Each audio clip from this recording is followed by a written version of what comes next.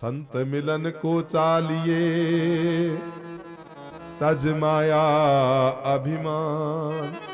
बड़े प्रसन्न चित्त से जाइए और संसारी प्रश्न मत पूछिए। बाकी कोई ज्ञानी व्यक्ति मिले तो जैसे उन ब्राह्मणों ने सूत जी महाराज से पूछा, ऐसी कोई कथा सुनाओ कि कष्टों की निवृत्ति हो और भगवान की प्राप्ति हो। एक ही तरीका, एक ही बात पूछो। क्या जी महाराज जूना जोशी, हे जोशी,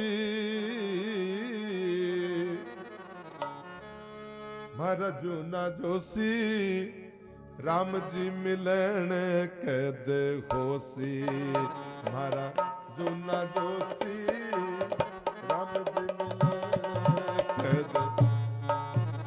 मुझे महाराज जूना जोशी, राम जी मिलन कद होसी। हो माने राम मिल्या सुख होसी रे, हे जोशी।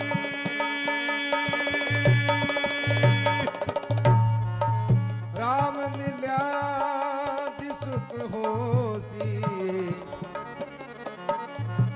राम जी मिल्या सुख होसी रे, जूना जोशी, राम जी मिलन कद होसी।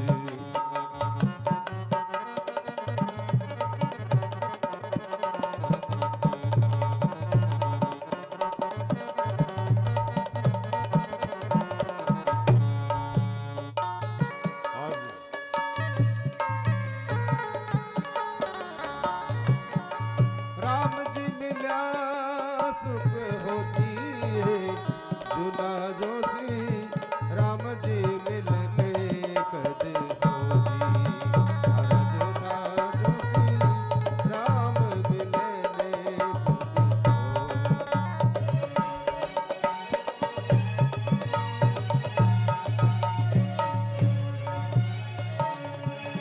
आओ महाराजो, अब थोड़ा ले बढ़ाओ।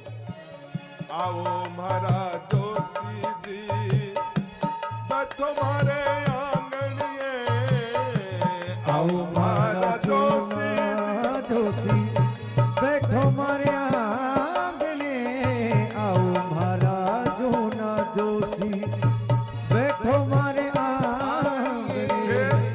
बात सुनाओ थारी पोथी रे, जूना जोशी, राम मिलने कद होसी। महाराज जूना जोशी, राम जी मिलने कद होसी। राम मिलन कद होसी, हो राम मिलन कद होसी। जूना जोशी, राम जी मिलन कद होसी। हमारा जूना जोशी, राम मिलन कद होसी। खीर खांड रात थारे, भोजन बना दू रे जोशीड़ा। खीर खांडेरा, ओ भोजन जिमाशु। खीर खांड रात थारे, भोजन जिमा दूं, मैं नूत जिमाऊं थारा, नूत जिमा दूं थारा गोदी रे, जूना जोशी। ओ नूती जिमा मुथारा, गोती जी मर जूना जोशी, राम जी मिलन कद होसी। मर जूना जोशी, राम जी मिलन कद होसी।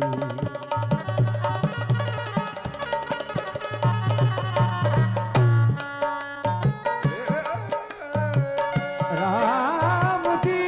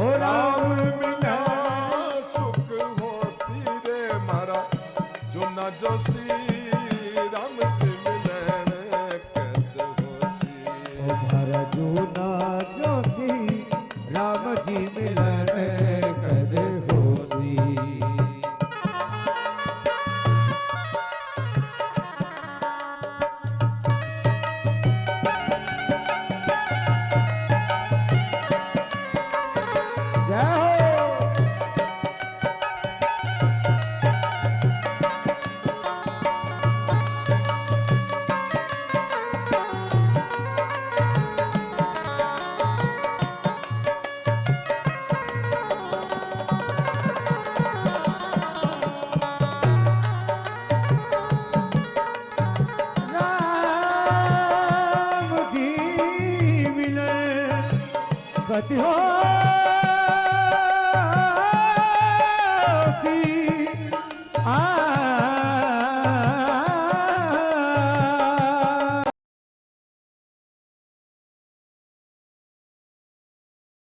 कदे होसी जी हो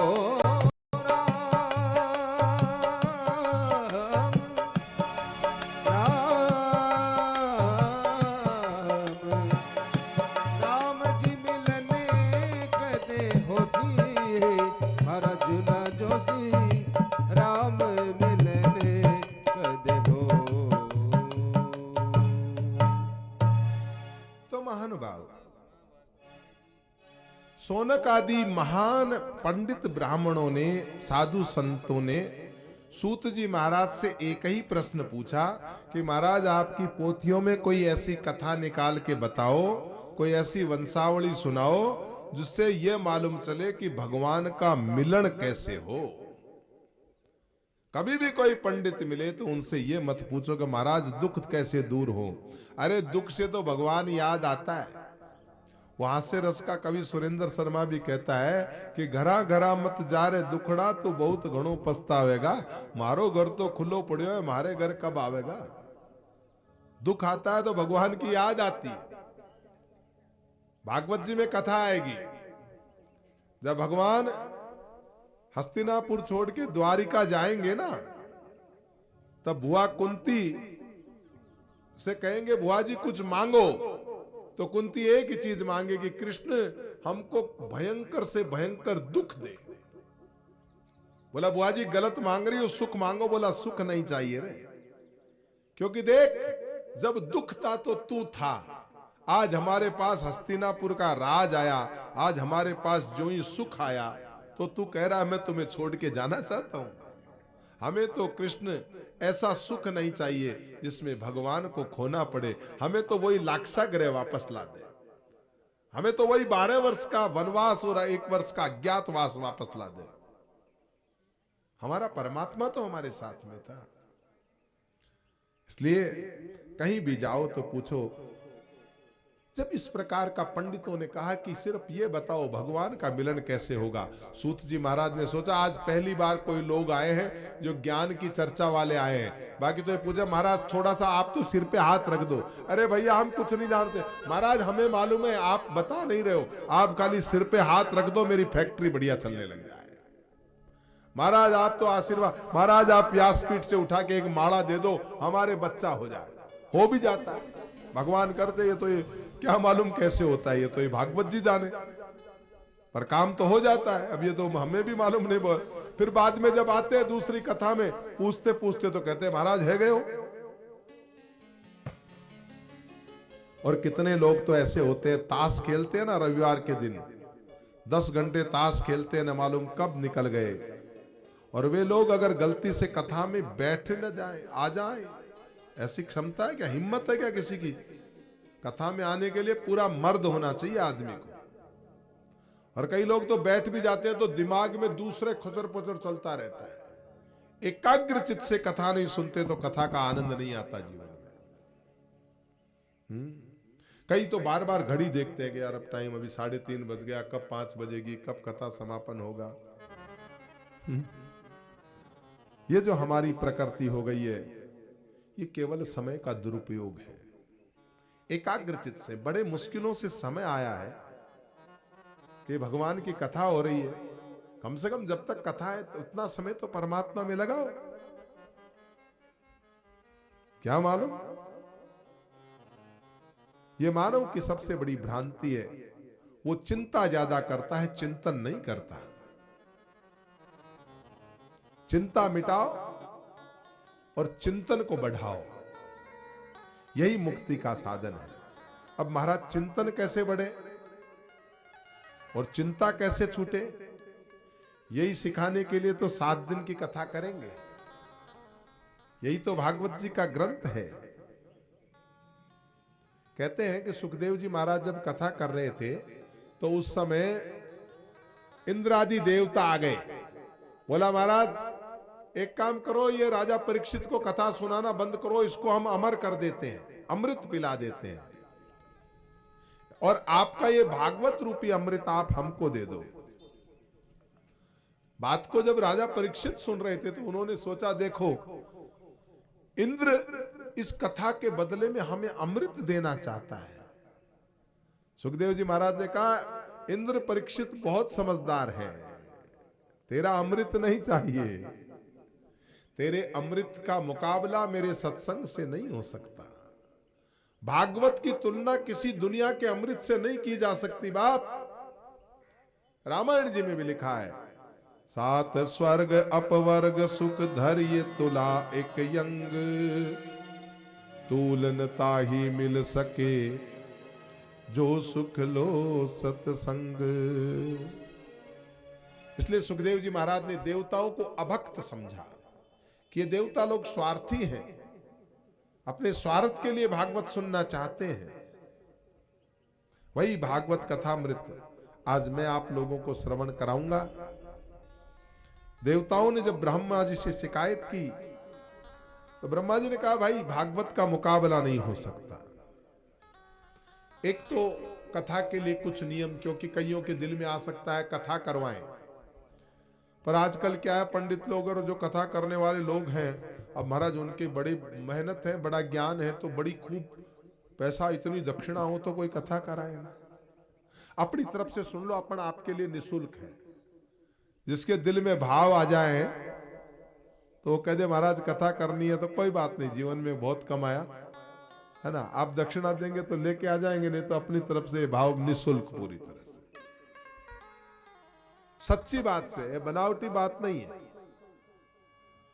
तो आप कथा करवा सकते हैं। मैन तो व्यास जी महंगे पड़ते हैं और हम व्यासपीठ से बैठ के झूठ नहीं बोलते। आप कथा के लिए कभी भी आमंत्रित करें, लाख काम छोड़ करके, अगर कथा की का व्यवधान नहीं हुआ तो लाख काम छोड़ करके आपकी कथा का सबसे पहले हामी भर देंगे। महाराज खाली इसी से काम हो जाता है? बोला नहीं, कुछ दो तीन बातें हैं। एक तो कथा के लिए आप स्थान जो चुने वो थोड़ा कथा का ही आज महात्म चलेगा, तो कथा का स्थान थोड़ा ऐसा चुने कि वहां ज्यादा से ज्यादा लोग आ सके। इसका चयन थोड़ा ढंग से करें। कथा के स्थान पे ऐसा नहीं हो कि पास में कहीं पे कोई मैरिज गार्डन और वहां डीजे चलता हो और इधर महाराज कथा करे, उधर वो ढम ढम ढम ढम ढम चलता हो। पास में कथा का पंडाल और पास में से दनादन ट्रेनें निकलती हो, या बहुत बड़ा हाईवे जहां पौ पा हो। थोड़ा देखो आज ये स्थान आपको कैसा लग रहा है कथा का? अच्छा है ना? इतनी शांति तो कहीं नहीं। देखो भगवान ने कैसी शांत जगह है, यहाँ खाली उपासना ही है, बाकी बाहर का कोई हा हु धांधु कुछ भी नहीं है ना।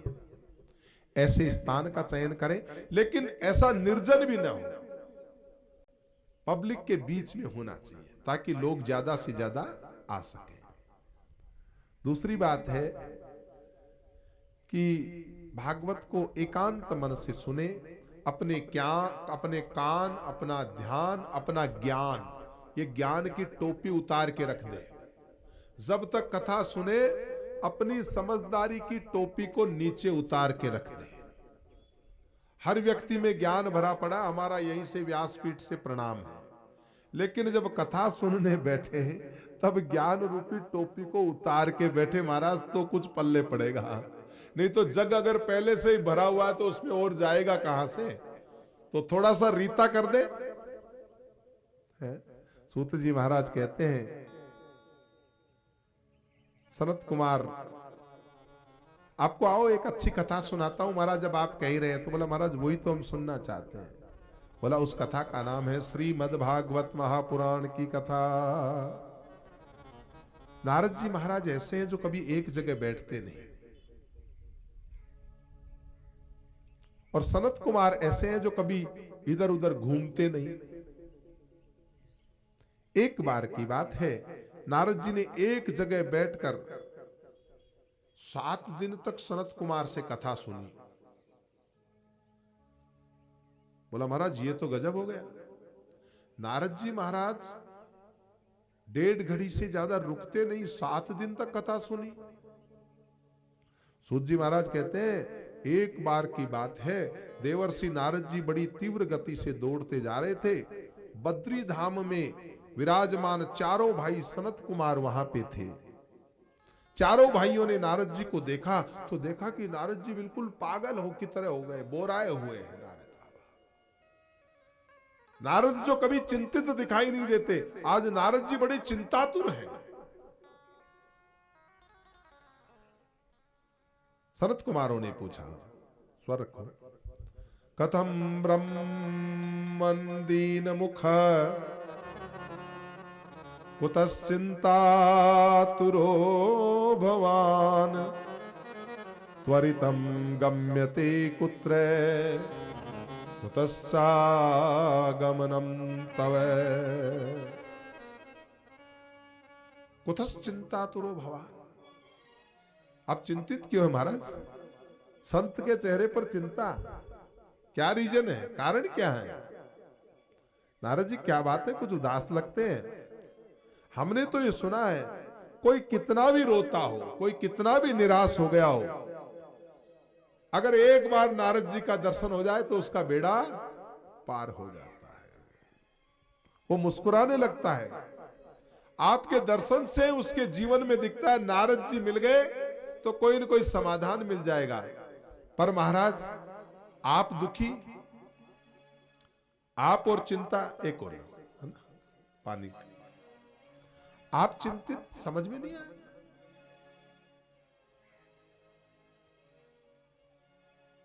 आप कुछ उदास लग रहे हैं। नारद जी सनत कुमारों के चरणों में गिर पड़े। उन्होंने कहा, महाराज क्या बताऊं, मेरी उदासी का भी एक कारण है, बहुत बड़ा कारण है। अहम तो पृथ्वीम वातो, अहम तो पृथ्वीम यातो ज्ञात्वा सर्वोत्तमामिति पुष्करम से प्रयागम से काशी गोदावरी तथा। मेरी एक बार इच्छा हुई कि मैं पृथ्वी पे भ्रमण करूं, इस मृत्यु लोक पे भ्रमण करूं,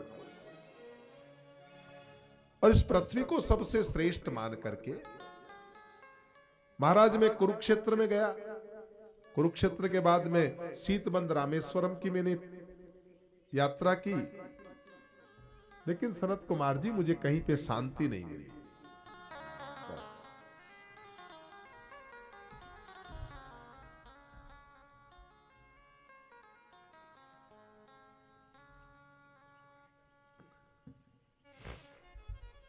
नापश्यम कृत्र नापश्यम कुत्र चिच्छर्म मन संतोष कारकम कलीना धर्म मित्रेण धरेयम बादिता धुना।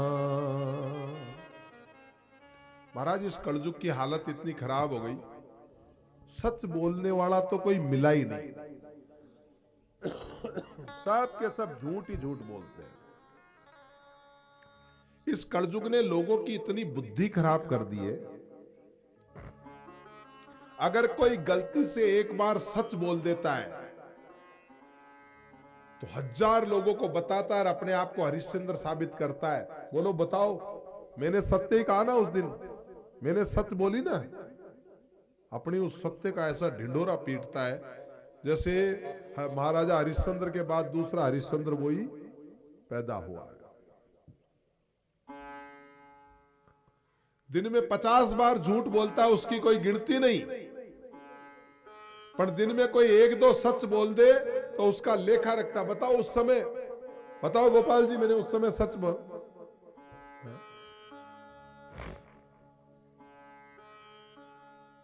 तो महाराज कलयुग का हालत खराब है, बड़ों का आदर समाप्त हो गया है, पद यात्राएं निकलती है।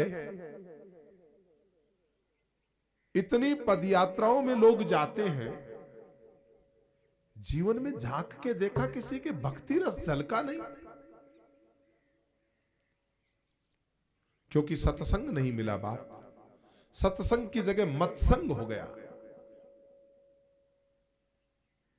और यहां कथा की बात हो ना तो अभी नहीं आए, और अभी बोले डीजे चलेगा, फिर वहां गाने चलेंगे और फलाना जगह पद यात्रा जानी है तो 100-200 तैयार हो जाए। भगवान के दर्शन के लिए पैदल जाना चाहिए, शास्त्र में महिमा है। कई लोग तो श्रावण के महीने में कावड़ लेके आते हैं। अब इतने पंडित विराजमान है, बताओ कावड़ का जल किसको चढ़ाना चाहिए? है महाराज, कावड़ का जल किसको चढ़ाना चाहिए? भगवान शंकर को? अरे भगवान शंकर को तुम्हारे जल की आवश्यकता नहीं है। जितने जाते हैं इतने डीजे बजाते हैं। मैंने कब सभी कावड़ वालों से, गोपाल जी कावड़ का जल किसको चढ़ाएं? ये सुन जाओ 1 मिनट, आप कहीं जा रहे हैं तो देखो, कावड़ का जल अपने मां बाप को पिलाना चाहिए। श्रावण के महीने में उस श्रवण की याद में कावड़ लेके जाते हैं। श्रावण के महीने में उस श्रवण की याद में।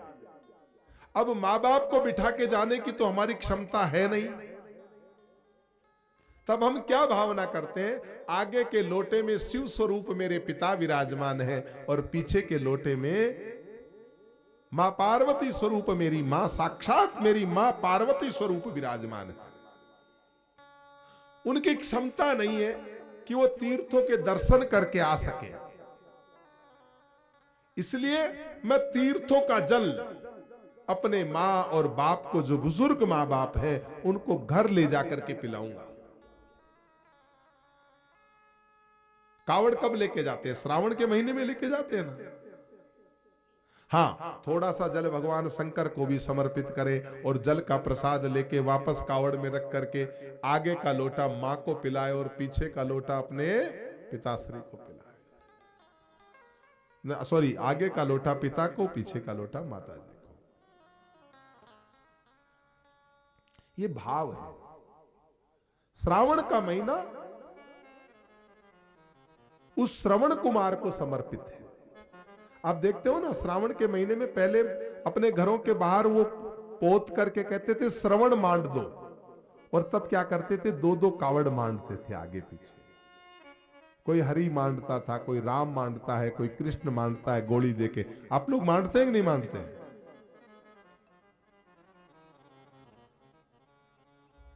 तो अपने बुजुर्ग मां बाप को तीर्थों का जल ले जाकर के पिलाएं, और कावड़ लेने जाए तो अपने कानों में कोई मधुर सा संगीत लेके जाए। बाप, ये डीजे से, अरे स्वर हो, अभी यहां हमने भी माइक लगा रखे हैं, लेकिन इतना शोर न हो, स्वर हो। स्वर जायज है, शोर जायज नहीं है। स्वर होना चाहिए। थोड़ा सीटी आती है भाई, स्वर हो, शोर ना हो। थोड़ा गमिंग है ना। तो कहने का मतलब है, महाराज मैं घूमते घूमते चारों तरफ गया। नारद जी कहते, लेकिन मैंने ऐसी भक्ति देखी कि मैं तो दुख देख करके खुद पागल हो गया। नारद जी कहते, मैंने कईयों को रोक करके पूछा कि भाई कावड़ लेके जाते हो, कावड़ का मतलब क्या, महात्म क्या है श्रावण के में? कोई जवाब नहीं दे पाया, सिर्फ ये बोला नहीं नहीं भगवान शंकर को पानी पिलाने जा रहे हैं। अरे शंकर के तो शीश में जटा में गंग विराजमान है। शंकर तो स्वयं गंग लेकर के चलते हैं। शंकर की उस गंग की एक धारा अपने मां बाप को पिलाओ। हो रहा तो जटा में गंग धारी है।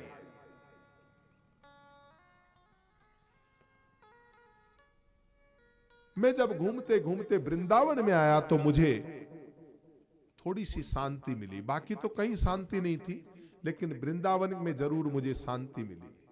लेकिन वहां भी हालात खराब थे। मैंने देखा एक युवा औरत के पास में 2 बुजुर्ग लोग बेहोश अवस्था में पड़े थे।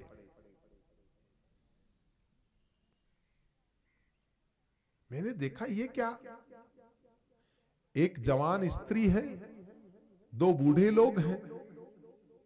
मैं उनके पास में गया, मैंने सोचा कोई होंगे। मैं जो ही जाने लगा तो उसने मुझे पुकारा, भो साधो। ए नारद जी महाराज, आप जाइए मत। जीवन में नारद मिलने के बाद भी समाधान न हो तो जीवन बेकार है बाप। महाराज क्या करें? आपको क्या चाहिए मुझसे बहन जी?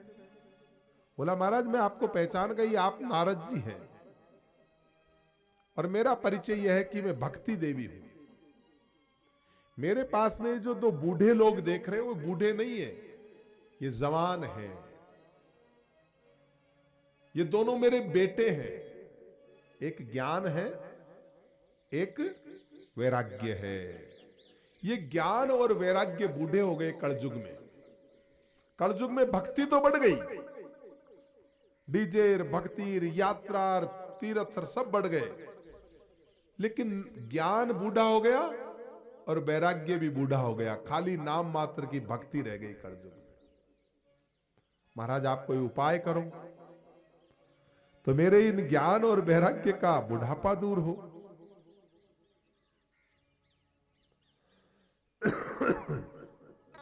महाराज मैंने सोचा ज्ञान और वैराग्य का भी बुढ़ापा दूर कर देता हूं। मैंने ज्ञान और वैराग्य के कान में वेद मंत्र कहे, उससे उनको थोड़ा असर तो हुआ, लेकिन उनमें चेतना पूरी नहीं आई, उनका बुढ़ापा दूर नहीं हुआ।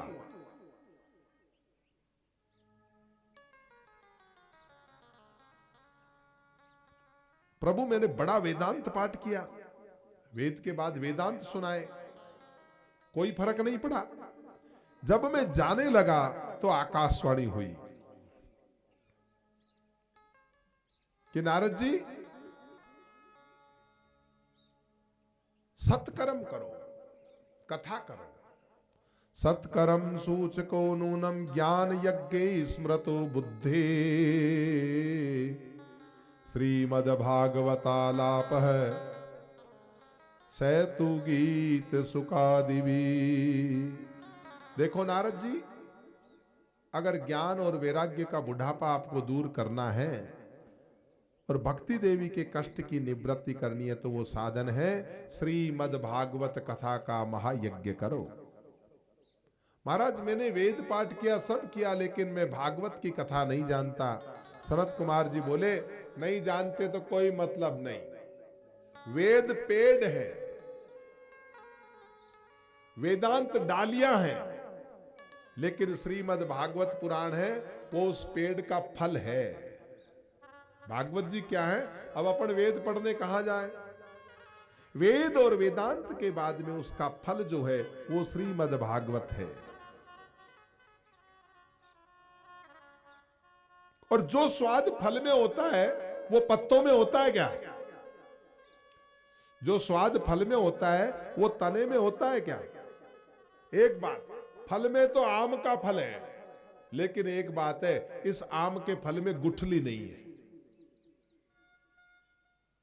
ये कथा रूपी आम का जो फल है इसमें गुठली नहीं है। तो बोला महाराज क्या करें? बोला कुछ नहीं करो, अगर आपको पितरों की चिंता हो, पितरों के मोक्ष की चिंता हो, आपको लगता हो कि मेरे घर में महाराज प्रॉब्लम ही प्रॉब्लम रहती है, साढ़े भोपों से ज्यादा अगर आप नहीं थके हो तो और अभी और थक गए हो तो जाकर के श्रीमद् भागवत महापुराण की कथा करो, ताकि आपको भी मुक्ति मिले और आपके 7 पीढ़ी के पितरों को भी। नारद जी ने पूछा महाराज हम कथा कहां करें? तो सनत कुमारों ने उनसे कहा हरिद्वार में करो। गंगा जी के तट के ऊपर एक सुंदर स्थान है, उसको कनखल बोलते हैं, कनखल। उस कनखल में जाकर के कथा का आयोजन करो। लेकिन महाराज कथा तो कराए, पर कथा में अब मैं तो बाबा जी रह गया। नारद जी कहते हैं बिना पत्नी के कथा चल जाएगी क्या? अभी आज भी कोई पूछ रहे थे महाराज जोड़ा नहीं हो तो? अच्छी बात है, जोड़ा तो होना ही चाहिए, पर जोड़ा नहीं और साथ में नहीं आया हो तो भी चल जाएगा कथा में। तो नारद जी अकेले बैठे भक्ति माता अपने दोनों बेटों को लेकर के आई। भागवत कथा सुन रहे हैं, भक्ति देवी अपने दोनों पुत्रों के साथ आई। नारद जी यजमान बन गए, मुख्य श्रोता बन गए, तुलसी देवी की स्थापना की। आज हमारे यहाँ पे भी अभी शाम को कोशिश करना, तुलसी का पौधा जरूरी होता है। लगा दिया ना, अभी लगवा दिया। यहाँ तुलसी जी का जो है वो होना जरूरी है। वैसे तो जहां जाते हैं उनको मालूम होता है, लेकिन श्रीमद् भागवत कथा का जो हो तो तुलसी का बिरला होना चाहिए कथा में, साक्षात वांग्मय है। अब जब कथा होने लगी तो अब देखना आज संख्या है, अब ये संख्या कल और बढ़ जाएगी, और 7वें दिन तो महाराज ऐसा भंडारा कि बस फिर तो संख्या ही संख्या। पहले दिन थोड़ा कम है, अब ये माताएं और जाएगी तो फिर अब ये पंपलेट पोस्टर और आगे प्रचार प्रसार, एक एक माता 5-5 10-10 को पकड़ के लाती है, तो हो जाते हैं ना 10-10। तो इनकी जिम्मेवारी होती है कि कथा में अपनी संख्या बढ़ानी है, तो कितना धर्म पुण्य होता है। कथा करने की व्यवस्था मिली, लेकिन उसमें हम ये सोचते हैं कि 10 माताओं को 10 व्यक्तियों को और लेके चलेंगे तो उसका बहुत बड़ा पुण्य होता है। किसी को भगवान की तरफ अग्रसर करने का जो पुण्य है महाराज, अमिट पुण्य है। संख्या बढ़ी, सनत कुमार जी कथा सुना रहे हैं, भक्ति अपने पुत्रों के साथ आकर विराजमान है, लेकिन किसी को दिखाई नहीं दे रही। नारद जी ने सनत कुमारों से कहा, महाराज एक प्रश्न कर सकता हूं? बोला पूछिए नारद। तो नारद जी ने कहा, महाराज भक्त व्यक्ति भागवत कथा सुनने से मुक्ति पाता है, इसमें कोई आश्रय नहीं। पंडित लोग कथा सुनकर के मुक्ति पाते हैं, इसमें भी कोई आश्रय नहीं। महाराज एक बात बताओ, क्या कोई दुरात्मा, कोई पापी, कोई नीच, कोई अधम व्यक्ति भागवत की कथा सुने तो उसको क्या फल होगा? सनत कुमारों ने बहुत सुंदर व्याख्यान किया। ये मानव जो है, ये मानवा पाप कृतस्तु सर्वदा, ये मानवा पाप कृतस्तु सर्वदा सदा दुराचारता विमार्गता क्रोधग्नि दग्धा, क्रोधग्नि दग्धा, क्रोध की अग्नि में दग्ध होता रहता है सारे दिन, जिसको देखो क्रोध ही क्रोध है। कुटिलास्य कामिन है सप्ताह यज्ञेन कलो पुनन्तिते, जिस मनुष्य ने जीवन में कभी सत्कर्म नहीं किया हो, जिसने कभी कोई जिंदगी में कोई भलाई का काम नहीं किया हो, जो व्यक्ति जीवन भर दुराचारी रहा हो, वो व्यक्ति भी जीवन में अगर एक बार भागवत कथा सुन ले तो महाराज उसके जीवन में परिवर्तन आता है। जो व्यक्ति झूठा हो, मक्कार हो, पाखंडी हो, या वर्ण संकर पद्धति से उत्पन्न हो, ऐसा व्यक्ति भी अगर, कहते हैं वर्ण संकर की मोक्ष नहीं होती, लेकिन भागवत कथा सुनने से वर्ण संकर की भी मुक्ति हो जाती है। कहते हैं वर्ण संकर के हाथ का जल नहीं लगता। संकरो नरकाय व कुलघ्नाम कुलस्य चे पतंती पित्रो ह्योसाम लुप्त पिंडोदक क्रिया। हा? लेकिन वो व्यक्ति भी अगर भागवत कथा सुनता है, उसका मन पवित्र हो जाता है, उसका दोष खत्म हो जाता है। और मैं तो यहां तक कहता हूं, जिसने जीवन पर्यंत पाप कर्म किया हो, पाप कर्म करते करते जो मर गया हो, और उसके घर वाले अगर उसकी याद में भी ये भागवत कथा कराएं तो मरने के बाद भी उसकी मोक्ष हो जाती है। बोलिए महाभागवत पुराण की। आप सीताराम हो जी, आप राधे श्याम हो, आप सीताराम हो जी, आप राधे श्याम हो, आप सीताराम हो जी, आप राधे श्याम हो, आप सीताराम हो जी, आप राधे श्याम हो, आप सीताराम हो जी, आप राधे श्याम हो। आपके चरणों में दाता मेरा प्रणाम हो। आपके चरणों में दाता मेरा प्रणाम हो। आप सीताराम हो जी, आप राधे श्याम हो। आप सीताराम हो जी, आप राधे श्याम हो। आपके चरणों में दाता मेरा प्रणाम हो। हे जी आपके चरणों में दाता मेरा प्रणाम हो। आप सीताराम हो जी, आप राधे श्याम हो। आप सीताराम हो जी, आप राधे श्याम हो। बोला महाराज ऐसा कैसे हो सकता है? बोला आओ आपको सुनाता हूं एक बात। तुंगभद्रा तटे पूर्वम भूत पतन्नुमुत्ममय यत्र वर्णः स्वधर्मेण सत्य सत्य कर्म परा। आओ महाराज आपको एक कथा सुनाता हूं। तुंगभद्रा नाम की एक नदी है। तुंगभद्रा नाम की नदी के पास एक सुंदर नगर था और उस नगर का नाम था उत्तम नगर। उस उत्तम नगर में महाराज एक पंडित जी महाराज रहते थे और पंडित जी महाराज का नाम था आत्मदेव। और आत्मदेव महाराज की शादी हुई, उनकी पत्नी थी और उनकी पत्नी का नाम जानते हो क्या था? धुंधली। क्या नाम था? यानी जिसके जीवन में साफ साफ उजियारा ना हो उसे कहते हैं धुंधली। अब थोड़ा ठंड आ गई, आप लोग थोड़ा कुर्सी इधर ले ले तो सामने कंसंट्रेशन, ऐसे गर्दन ही टेढ़ा, थोड़ा सामने इधर में ले आए थोड़ा सा आसन, तो क्योंकि ये भी थोड़ा सा धूप की वजह से था। आपको बार बार आपसे ध्यान देने में तिरछा देखना पड़ता है। थोड़ा इधर इधर आ जाओ सामने, आधे लोग इधर हो जाओ तो ठीक है। ये बात। हाँ तो अब क्या थोड़ा सा ऐसा लगे कि वाह जी, क्योंकि अब आपकी तरफ ध्यान नहीं रहे तो भी आनंद नहीं आए, और आप थोड़ा उठ जाओगे तो थोड़ा काफी देर हो गए बैठे हुए, 3-4 घंटे।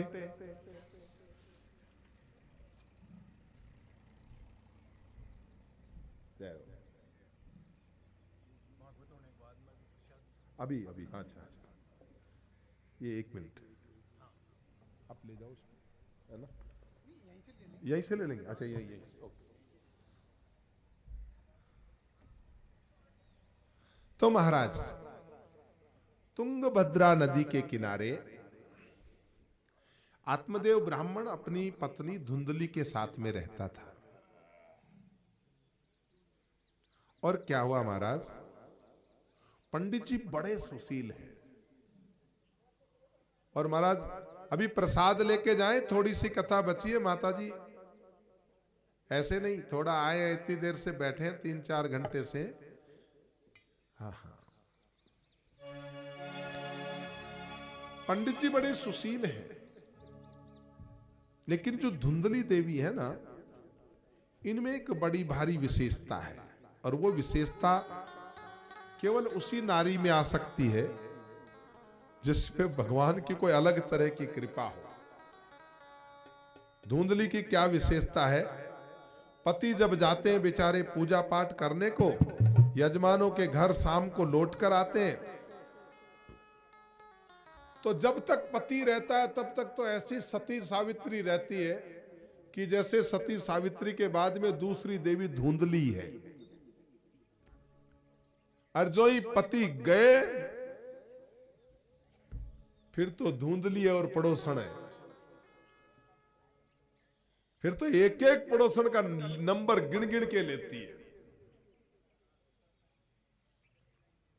अब पति बेचारे सीधे साधे पंडित जी महाराज जाते हैं पूजा कराने के लिए, शाम को लौट आते हैं। दिन भर उसका काम एक ही, पड़ोसियों से झगड़ लेती है, कभी सामने वालों से मनोरंजन कर लेती है। ये उसका रोज का धर्म है। दूसरा, उसकी वाणी इतनी कर्कश है कि मुंह से तो गाली निकलती है और बोलती है तो लगता है जैसे कोई मिर्च छिड़क रही हो। लेकिन भाई ऐसा स्वभाव उसी को दिया, जो ही शाम को पतिदेव घर आते हैं तो धुंधली ऐसे हो जाती है जैसे मिस्री की डली है, जैसे कोयल कुहू कुहू कुहू करके गा रही है। वैसे तो त्रिया चरित्र कहा गया, लेकिन धुंधली का त्रिया चरित्र अलग तरीका का ही है। पति आए तो अलग तरह का स्वभाव, पति गए तो अलग तरह का स्वभाव, एक सेकंड भी नहीं लगता चेंज होने में। ऐसे बनावटीपन को भगवान प्यार नहीं करते। जिसका वास्तविक स्वरूप नहीं हो उसको परमात्मा प्यार नहीं करते। भगवान तो एक ही बात कहते हैं, क्या?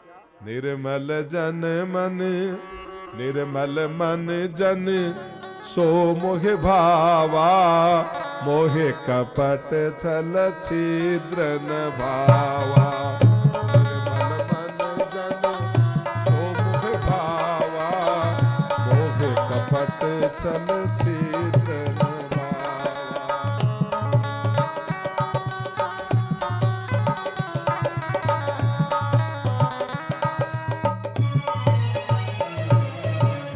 भगवान कहते हैं ऐसा दिखावा मत करो, जैसा स्वरूप है, जैसा स्वभाव है, अपनी सादगी में रहो बाप। जो है सो है। जितना जीवन में आर्टिफिशियल बनते हो ना, उतना ही परमात्मा से दूर हो जाते हो। आप देखो जितने लोग जाते हैं ना शादी विवाह करने के लिए, दोनों समधी मिलते तो ऐसे मिलते, आ हा, दुनिया के सबसे शांत सुशील लोग यही हैं। सच में देखो हमारा चेहरा कितना आर्टिफिशियल होता है?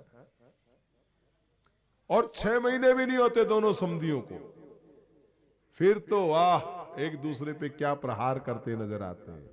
क्यों? क्योंकि वास्तविकता लेके नहीं जाते। अपने वास्तविक स्वरूप को व्यक्ति छुपाता है, यही गलती करता है। अगले को अगर मालूम भी चल जाए कि एक क्रोधी है, तो मैं तो कहूंगा वो सबसे ज्यादा बढ़िया है।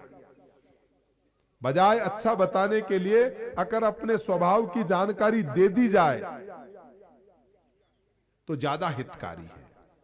लेकिन व्यक्ति बनावटीपन लेके जाता है। जीवन में जीना है तो बाप अंतःकरण को शुद्ध करके जियो। मारो मन राम ही राम रटे, मारो मन राम ही राम रटे, मारो मन राम ही राम रटे। मारे आंगन तुलसर बिड़लो, मारे मारे आंगन तुलसर बिड़लो,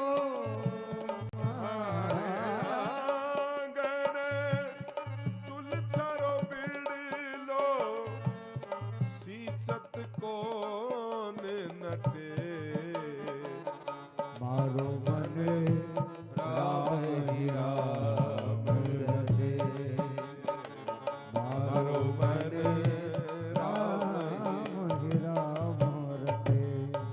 तुलसी की स्थापना तो हर हिंदू के घर में होनी चाहिए बाप। और जिनके घर में तुलसी है, लेकिन पता नहीं आत्मदेव ने भी तुलसी लगा रखी है, लेकिन उसके घर में तुलसी फलती नहीं। आत्मदेव के घर में गाय भी पालता है बेचारा, लेकिन आत्मदेव ब्राह्मण के घर वो गाय के कोई बच्चा नहीं होता। और तो और पंडित जी महाराज ने मालूम कैसी कोई कर्म भाग्य रेखा है कि इतने वर्षों बाद में इतने अच्छे पंडित देव, लेकिन महाराज उनके घर में कोई बेटा बेटी नहीं है। अब तो पड़ोसी आके कहने लगे, क्यों आत्मदेव जी महाराज थे कोई श्याणा बोपा ने दिखाओ कि कोई के जाओ, कोई ना पूछो ताछो करो। आपके चलो आपके बेटा बेटी नहीं मान लिया, आपके गाय के कोई बछड़ा नहीं। और तो और आपने तुलसा का बिड़ला लगाया, आपके तुलसा का घर का पौधा भी पनपता नहीं। अरे तुम मनी प्लांट मत लगाना, तुलसा का पौधा लगाना, और जिसके घर में ये वृंदा खूब उगती हो ना, वहां समझना भगवान का भंडार ही भंडार है। ये सच्चा मनी प्लांट है। ये क्या नए नए पौधे लेके आए, वृक्ष तो सब है, हम तो उनको सम्मान करते हैं, लेकिन तुलसी वृक्ष नहीं है। जैसे श्रीमद् भागवत जी भगवान श्री कृष्ण की साक्षात वांगमयी मूर्ति है, उसी तरह हमारे लिए तुलसी जी पौधा नहीं है, ये तो श्री जी की साक्षात वांगमयी मूर्ति है। अपने घर में तुलसी लगाए, और एक बच्चों को टॉनिक जरूर दे। पढ़ाई के मोटे मोटे थैले तो लाद दिए, अच्छी बात है, लेकिन ज्ञान बढ़ाने के लिए 5 पत्ते रोज तुलसी के जरूर खिलाएं। वास्तव में अगर जीवन में परिवर्तन चाहते हो, तुलसी के 5 पत्ते नियमानुसार बच्चों को दे। एक रविवार का दिन छोड़कर, रविवार को तुलसी नहीं खानी चाहिए, बाकी 6 दिन तुलसी जरूर खिलाएं। और आप लोग भी तुलसी लें। और अभी सर्दी के दिनों में तो जो तुलसी लेता है ना, और तो और भगवान का कई माताएं भोग लगाती है, अच्छी बात है। आपके घर में आप खाना खाते हो तो भगवान आपको, आप पर कृपा करे। खाना कभी मत खाना। आप लोग खाना खाते हो कि नहीं खाते हो? खाते हो क्या? आज से खाना खाना बंद। आज से आपके घर में प्रसाद बनना चाहिए। खाना खाओगे वो आनंद नहीं आएगा जीवन में, लेकिन खाने को भगवान को अर्पित करो, और अर्पित करने के बाद में उस 2 पत्ते उसमें तुलसी जी के डाल दो, तो महाराज फिर आपके घर में खाना नहीं, आपके घर में क्या बनेगा? प्रसाद बनेगा। फिर प्रसाद का भोग लगाइए। और फिर भी प्रारब्ध ऐसी चीज है बाप, कि प्रारब्ध के बाद भी ऐसा तो मैं नहीं मान सकता कि आत्मजैव जैसे कुलीन ब्राह्मण के यहां कोई कमी रही होगी कि तुलसा का पौधा नहीं फूलता होगा। लेकिन हां, कमी है, कमी है, स्वच्छता में कमी है, जो आत्मदेव जी को भी मालूम नहीं है। और वो कमी है धुंधली के अपवित्र हाथ तुलसा जी को लग जाना। धुंधली जितनी अपवित्र है, आत्मदेव ने सोचा थे तो अजमल जी माने बांझ डाला गो, आपका तो दर्शन करने का ही धर्म नहीं है। कैसी कैसी लौकिक बातें हैं। आत्मदेव तो परेशान हो गया। आत्मदेव ने कहा कोई बात नहीं, आज जाता हूं, भगवान के नाम पर कोई न कोई संत मिलेंगे, कोई समाधान मिलेगा। और अगर समाधान नहीं मिलेगा तो मैं जीवन का समाधान कर दूंगा, लेकिन इस तरह से नहीं जीऊंगा।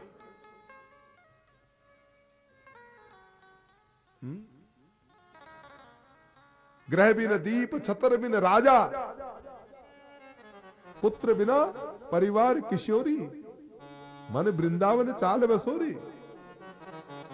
ऐसा द्वीप, ऐसा जमीन का भूभाग हो और उसमें घर नहीं हो तो वो द्वीप कैसा, किस काम का द्वीप है? राजा हो और उसके ऊपर छत्र नहीं हो, किस काम का राजा है? और जिस घर में पुत्र न हो। आज आत्मदेव जी ने निर्णय किया, जाऊंगा परमात्मा के घर में, देर हो सकती है, अंधेर नहीं। और जब जीवन में समस्या आए ना, तो संत की शरण जाना चाहिए। राजा दशरथ को भी पुत्र नहीं था, विशिष्ट जी महाराज की शरण गए। आज आत्मदेव को भी नहीं है। जंगल में चले जा रहे, चरैवेती चरैवेती, जाते जाते एक संत मिलते हैं। संत महाराज को प्रणाम। महाराज प्रणाम। अरे पंडित जी महाराज प्रणाम। आपस में अभिवादन होता है। महाराज आज चिंतातुर है, कहां पधार रहे? बोला महाराज पधार रहे नहीं, आज तो इस जीवन लीला को समाप्त करने जा रहा हूं। बोला क्यों? बोला महाराज मैं पुत्र विहीन भी कोई जीवन है? अरे बोला महाराज बहुत भाग्यशाली हो कि बेटा नहीं है। ये लाडू ऐसा है जो खाए सो पछता है और नहीं खाए सो पछता है। जिनके हैं उनसे पूछ लो क्या हालात है। वो ये कहते हैं महाराज सारा जगत जीत लिया, किसी के आगे नहीं हारा, लेकिन अपनों के आगे हार के बैठा हूं। हर किसी बाप से पूछो जाकर के तो वे कहता है महाराज मैं दुनिया में किसी के आगे झुका नहीं, लेकिन मेरे को तो इन अपने बेटों ने झुकाया है। पर ममता है। तुलसीदास लिखते ममता तू न गई मेरे मनते, कप पितवात कंठ पर बैठे सुतही बुलावत करते। ये भाई बंधु तो परम प्यारे और नारी निकालत घरते, सुतही बुलावत करते। बेटे अंगुलियां दिखाते हैं। बाप की अगर स्थिति पूछनी हो तो ऐसी स्थिति जाकर के चेक करो। महाराज आप बड़े भाग्यशाली हैं। कथम रोदिसी विप्रत्वम, हे विप्र तुम रोते क्यों हो? कथम रोदिसी विप्रत्वम काते चिंतावलीयसी, वदत्वम सत्वरम अहम स्वस्य दुखस्य कारणम। महात्मा ने समझाया मुंचा ज्ञानम प्रजारूपम बलिष्ठा कर्मणो गति, विवेकम तु समाधाय तज्य संसार वासनाम। अगर जीवन में प्रगति चाहते हैं, पुत्र की कामना है, यह आपका अज्ञान है। मान लो तुम्हारे घर में पुत्र हो गया, भगवान की कृपा हो गई, और पुत्र नहीं हुआ तो समझो बहुत बड़ी कृपा हो गई। क्या करोगे बेटा लेकर के? एक काम करो, पुत्र तो फिर भी कपुत्र हो सकता है, भगवान गोविंद को अपना बेटा मान लो। भगवान को किसी स्वरूप में प्यार कर सकते हो, भगवान को बाप बनाना जरूरी नहीं।